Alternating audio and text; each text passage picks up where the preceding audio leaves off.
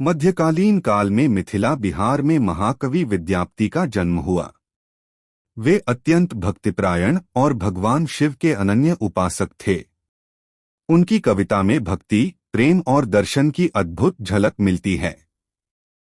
कहा जाता है कि विद्यापति इतने सरल, निष्कपट और भक्ति में तल्लीन थे कि स्वयं भगवान शंकर भी उनसे प्रभावित हो गए।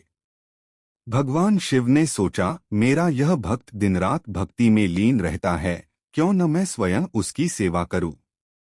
भगवान शिव ने एक गंवारनुमा सेवक उगना का रूप धारण किया और विद्यापति के घर आकर बोले, स्वामी, मैं बड़ा निर्धन हूं, कहीं सेवा का अवसर मिले तो जीवन धन्य हो जाएगा।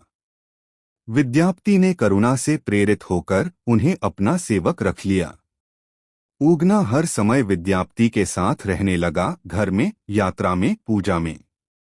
एक बार विद्यापति कहीं यात्रा पर निकले।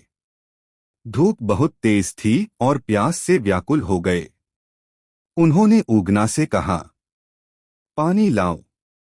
उगना पास के कुएं में जल लेने गया, लेकिन वहां कोई रस्सी बाल्टी नहीं थी। तब भगवान शंकर ने अपने त्रिशूल से कुएं का पानी निकालकर एक पात्र में भरकर ला दिया।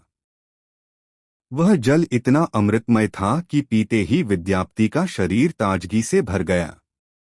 विद्यापति ने अनुभव किया कि यह साधारण जल नहीं, कुछ दिव्य है। उन्होंने संदेहवश उगना से पूछा, भाई, तू कौन है? यह जल कहाँ से लाया? उगना टालता रहा, लेकिन अंत में जब विद्यापति ने दृढ़ होकर पूछा तो भगवान शिव ने अपना असली रूप प्रकट कर दिया। विद्यापति स्तब्ध रह गए और गिरकर बार बार प्रणाम करने लगे। भगवान शंकर ने प्रेमपूर्वक कहा, विद्यापति, मैं तेरे प्रेम से बंधकर उगना रूप में सेवा कर रहा हूं, पर ध्यान रखना, जब तक मैं स्वयं न चाहूं, मेरा रहस्य किसी से प्रकट मत करना। विद्यापति ने यह वचन स्वीकार किया। समय बीतता गया। एक दिन विद्यापति की पत्नी उगना से नाराज हो गई और उसे पीटने लगी। विद्यापति से यह अत्याचार देखा न गया। वे कह बैठे, अरे, तू जिसे मार रही है वह कोई साधारण सेवक नहीं, स्वयं महादेव हैं। बस वचन निकलते ही भगवान शंकर अदृश्य हो गए। विद्यापति पछताए और रोने लगे। प्रभु, मेरी भूल क्षमा करें, मैं आपके बिना अधूरा हूं। भगवान शिव ने आकाशवाणी की, विद्यापति, चिंता मत करो, मैं सदा तेरे हृदय में रहूंगा। मेरी कृपा तुझ पर सदा बनी रहेगी। इस कथा से यह शिक्षा मिलती है कि सच्चे प्रेम और भक्ति से भगवान स्वयं अपने भक्त के घर आकर सेवा करते हैं।